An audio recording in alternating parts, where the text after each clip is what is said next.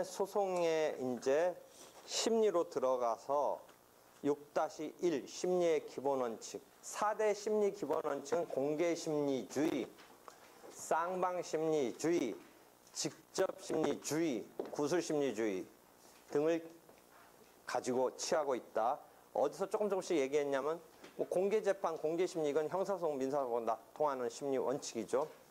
그 다음에 쌍방 심리주의는 양쪽 당사자가 공평하게 절차 보장을 받으면서 변론을 펼쳐야겠죠. 쌍방을 대등하게 해줘야겠죠. 그래서 쌍방 심리주의와 관련된 것은 당사자가 소송 도중에 사망을 하면 절차가 소송 대리인이 만약 없다면 중단된다. 이런 건 쌍방 심리주의를 충족해 주려는 제도라고 볼 수 있는 것이죠.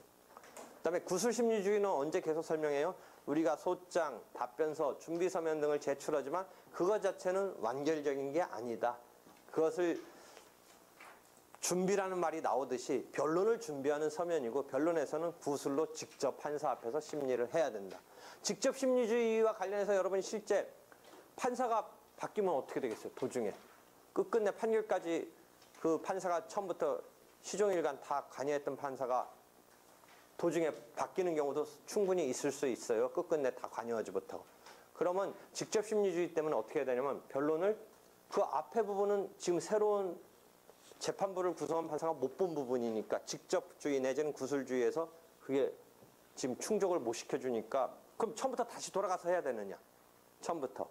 그렇진 않고 그때 용어를 변론의 갱신이라고 그래요.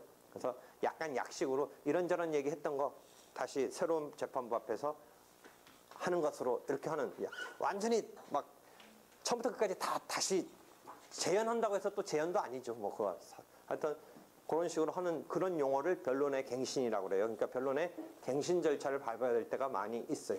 예컨대 1심에 대해서 2심은 속심이라고 그랬잖아요. 항소심 가면 속심이니까 뭐예요? 항소심 판사는 1심 부분을 못 본 거예요. 직접주의, 구술주의에서. 그러니까 그때도 1심 거를 변론을 갱신해야 되고 뭐 이런 용어를 쓰는 거예요. 이송이 되면 어떻게 되겠어요? 이송? 처음 변론도 없이 이송됐으면 뭐 그런 말 할 필요 없지만 조금 하다 보니까 우리가 아니다, 어쩌까다. 그러면 그쪽 새로운 법원에서는 요 부분이 지금 공백이 있잖아요. 못 본 부분이 있잖아요. 그럴 때 다 변론의 갱신으로 처리해요. 미주알 고주알 다 하지는 않고 그냥 변론의 갱신 뭐 해서 형식적으로 구술주의, 직접주의를 맞춰주는 거예요. 그래서 그런 원리 등이 4대 원리예요. 그래서 공개심리주의. 여러분은 아까 내가 뭐죠? 아까 무슨 용어 썼죠? 뭔가 비속어를? 아까 뭐죠? 빌붙어서라는 말 썼나? 여기에도 또 비속어 쓰는데 되게 생동감 있는 비속어인데 내가 공개심리주의 이런 거 하면 보통은 공개가 뭐예요? 여러분이 왜 공개심리주의를 취한다? 라는 건 어떻게 보면 형사소송에서는 뭐 어떤 정치적으로 정적을 뭐 밀실해서 처벌한다. 민사도 공개심리주의인데 그래서 이제 원리이긴 한데 무슨 문제가 거꾸로 발생했냐면 딴 교수님들 그것까지 이제 심각하게 안 하는데 나 맨날 정보 공개 뭐 정보 유출 뭐 이런 개인정보 이거 싫어하는 나 입장에서는 여기에 뭐 어떻게 되겠어요? 가사 사건 같은 경우 왜 까발 그게 그 말이네. 노출된다, 뭐 공개된다, 뭐 이렇게 드러난다. 그 말보다 더 비속어로 내가 절실한 그 영업비밀이 문제됐던 사건 같은 경우는 막 다투다 보니까 이게 영업비밀인데 오히려 특허는 그래도 등록이나 해놓고 특허 받아서 사용하게끔 했는데 영업비밀은 등록도 안 하고 내가 그냥 갖고서 나만 어떻게 하려던데 뭔가 막 직원 빼갖고 가서 그거 비슷하게 만들어냈어요. 그래서 니네 뭐 우리 거 빼갔다 막 이렇게 얘기하려니까 빼갔다는 얘기를 하려니까 비교해보자. 그럼 빼갔냐 안 빼갔냐 그러면 다 노출되잖아요. 그러니까 기업비밀이나 영업비밀 뭐 그 다음에 이메일 같은 미국식으로 하면 이메일 같은 거 다 내야 돼요. 디스커버리 제도에서. 개인의 프라이버시. 특히 가사 사건 같은 경우 이혼 사건은 진짜 치졸해요. 부부끼리 살다가 막 별것도 아닌 게 막 다 트집 잡혀서 어마어마한 나쁜 놈 되는 거예요. 거기서.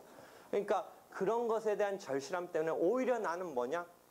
개인의 프라이버시나 기업비밀, 영업비밀 같은 것은 비공개로 해야 된다. 거꾸로 이런 발상을 하는 거예요. 뭐 헌법에 비공개로 할 수 있는 건 근거는 있어요.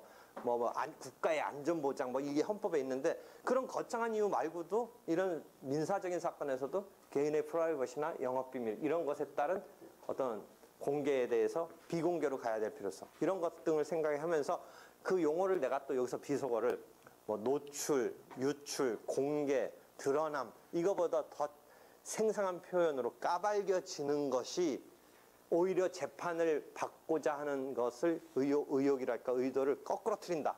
그러니까 그런 부분에서 비공개로 해야 된다. 오히려 재판을 공개하는 것은 뭐예요?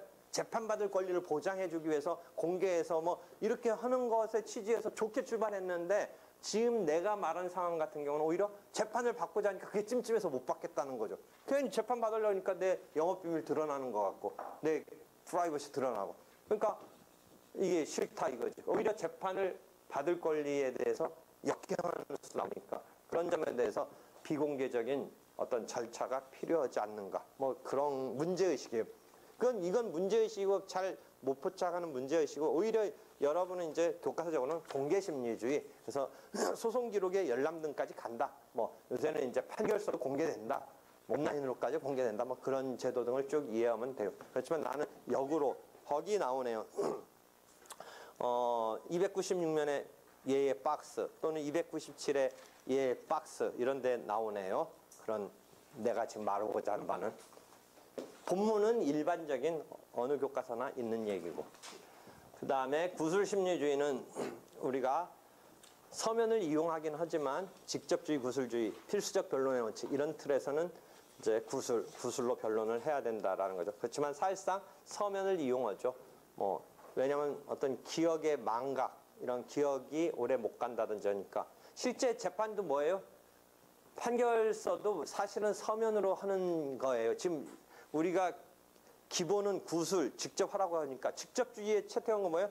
그 심리를 직접 해서 그것에 대한 구술적인 변론을 듣고 판단을 하라는데 판사들도 그 법정에서 그것만 딱 하는 게 아니고 그날 딱 끝나는 게 아니니까 그날 듣고 그날 끝나고 변론이 끝나고 그날 판결을 하라면 직접주의 구술주의가 딱 맞아떨어지는데 이게 변론이 속행되고 4주마다 열리고 변론 한 4-5번 열리고 6개월 1년 걸리고 그럼 1년 뒤에 기억나겠어요 그게? 결국은 뭐 갖고 하는 거예요? 이 서면 갖고 재판하는 거죠. 그래서 요새는 뭐예요? 그 증인신문하고 하는 건 옛날에는 그 다 뭐 쓰니까 이 말의 속도를 쓸 수 없어서 속기사도 등장하고 하는데 요새는 그걸 다 촬영하는 거예요. 그러니까 조금 더 구술주의, 직접주의를 판결문 쓸 때 과거는 뭐예요? 이 서면 기록 같은 걸 보고서 쓰는 건데 지금은 조금 더 그게 생생하게 볼 수 있죠. 그러니까 과거는 보세요. 그 직접주의가 더 절실한 것은 증인신문의 장면이에요. 증인신문은 이 증인의 이런 생생한 뭔가 이 표정이나 태도 같은 거 뭔가 거짓말하거나 뭔가 당황하면 해수술하는 거 이런 걸 다 포착을 해야 이 진실성을 포착을 할 수 있는데 그걸 나중에 기억에 의해서 한다든지 또는 그게 조서로 꾸며져서 증인신문에는 그런 뭐 희곡대문처럼 지금 땀을 뻘뻘 흘리고 있음 뭐 갑자기 변호사의 반대신문에 당황하고 있음 이런 건 안 나오잖아요. 그러니까 그것을 판단함에 있어서 직접주의 구술주의가 채택되는 이유는 알겠는데 실제는 서면적으로 될 수밖에 없는데 지금 많이 이제 촬영을 해서 괜찮다는 거죠. 조금은 나아졌다는 거죠. 그래서 여기 보면 직접주의 같은 경우도 보세요. 어떤 경우냐면 증인신문 302면에 보세요.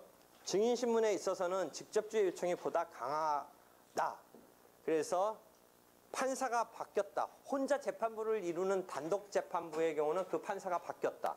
그 다음에 합의부의 경우는 2명 과반수 이상, 과반수 그러니까 2명, 3명 중에 2명 내지는 다 바뀌었을 때는 증인신문은 변론의 갱신적인 정도로가 안 되고 다시 증인을 불러서 다시 할 수도 있도록 해놓고 있어요. 그건 직접주의 요청이 크니까 단독재판부에서는 뭐 과반수 전부 뭐 1명, 하여튼 1명 다 바뀐 경우 그러니까 과반수란 말 쓰지도 않죠. 단독 1명일 때는. 그다음에 3명일 때는 과반수가 바뀌었을 때는 증인신문조차 다시 한번 해달라고 꼭 해야 되는 건 아니지만 할 수 있다 이런 식으로 되어 있는 게 증인신문은 직접주의 요청이 조금 더 필요하다 뭐 이런 거죠. 그래서 우리는 직접주의가 되고 있는데 실은 서면적인 게 사람의 기억이 어떤 한계가 있기 때문에 서면이 어떻게 보면 그리고 말로 하면 조금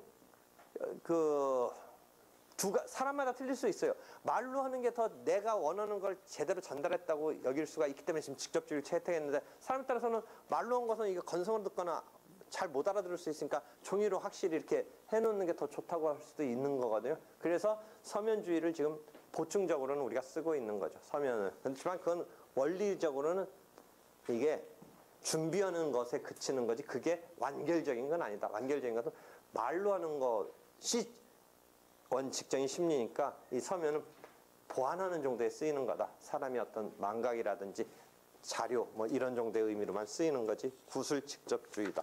여기까지가 지금 4대 심리 원칙이고 추가적인 이제 심리 원칙은 적시제출주의, 수시제출주의에 대칭되는 용어예요.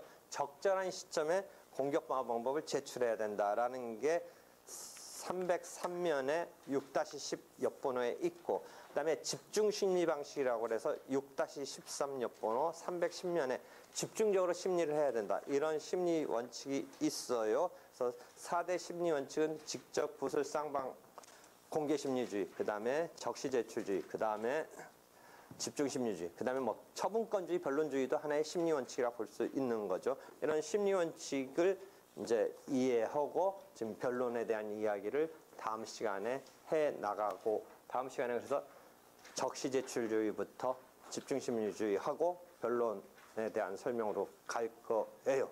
그래서 여기까지 질문 있으면 하세요. 아까 상계 이해됐는지 모르겠네. 확인 청구와 이행 청구가 반복으로 된 거 또는 이유 중에 판단 요거가 이해 보통은 잘 안 되는 경우가 많이 내가 봤는데 확인 청구와 이행 청구가 반복적으로 들어간 경우 그 다음에 소유권에 기한 이행 청구 등이 있을 때 소유권 확인 들어간 경우와 좀 아까 같은 상황을 헷갈려 하는 거 그 다음에 이유 중에 판단에 대해서 상계의 경우에 대한 것이 왜 특별히 문제되는 건가 이런 거를 잘 이해해야 돼요. 없어요? 없으면 수고했어요.